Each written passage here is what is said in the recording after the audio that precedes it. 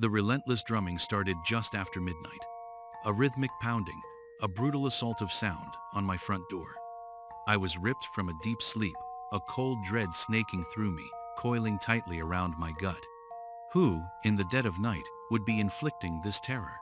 Who would dare disturb my solitude at this ungodly hour? I fumbled for my robe, the floorboards icy cold beneath my bare feet. A shiver traced its way up my spine. As I cautiously approached the door, the knocking intensified, each rap sharper, more insistent, a relentless demand for entry.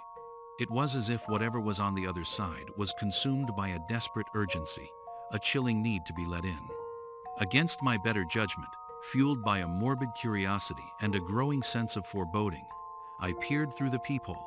A tall, shadowy figure stood there, its form shrouded in the dim, flickering light of the porch.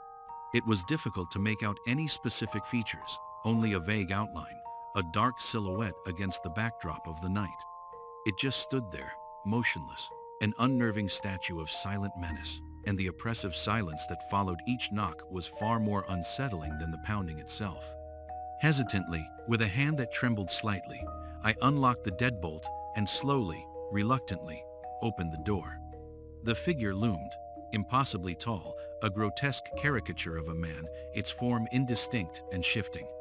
A palpable wave of coldness washed over me as it stood there, radiating an unnatural stillness, an unsettling aura of something ancient and alien. I tried to speak, to form a coherent question, but my throat constricted, a knot of pure terror preventing any sound from escaping. Then, a low, guttural growl, a sound that seemed to emanate from the very depths of the earth, vibrated from its chest.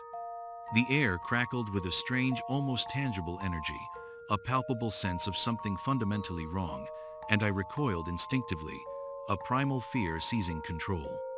The figure's head tilted, slowly, deliberately, and in the encroaching darkness of the porch, I saw a flicker of something, not human, not a face, but a void. An empty expanse, a darkness that seemed to swallow the light, a glimpse into an abyss of nothingness. Pure, unadulterated terror seized me. I slammed the door shut with all my might, the sound echoing in the silent night, and locked it again, my heart hammering against my ribs like a trapped bird. I backed away, stumbling blindly, scrambling for my phone, my hands slick with sweat. My fingers fumbled with the cold metal, my hands shaking uncontrollably as I dialed 911. The operator answered, her voice calm and reassuring, a stark contrast to the storm of panic raging inside me. I stammered out a frantic description of the horrifying encounter, the fear raw and untamed in my voice, a desperate plea for help.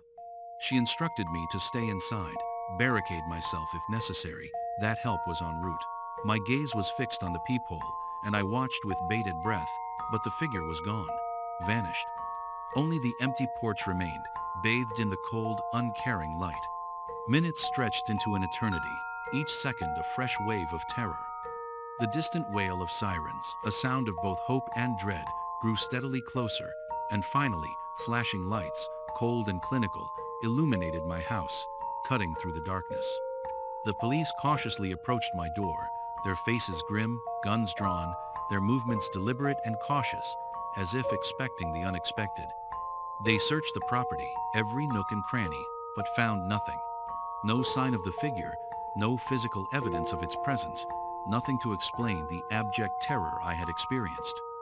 The officers filed a report, offering logical explanations, reasonable justifications for what had occurred. A prank, perhaps? A case of mistaken identity? A trick of the light?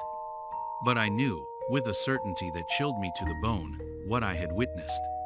The chilling emptiness in that figure's eyes, the unsettling energy that had surrounded it, the palpable sense of wrongness that permeated the air. It wasn't human. It was something else, something ancient, something malevolent, and it had come for me. Days turned into weeks, but the fear, the icy tendrils of terror, lingered, refusing to release its hold. I was a prisoner in my own home, trapped by the memories of that night.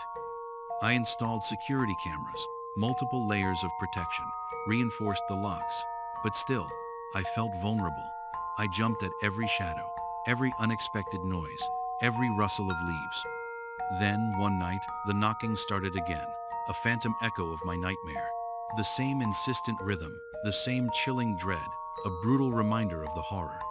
This time, I didn't answer the door. I retreated into the shadows, listening to the relentless pounding, knowing with a sickening certainty that whatever was out there, whatever it was still waiting.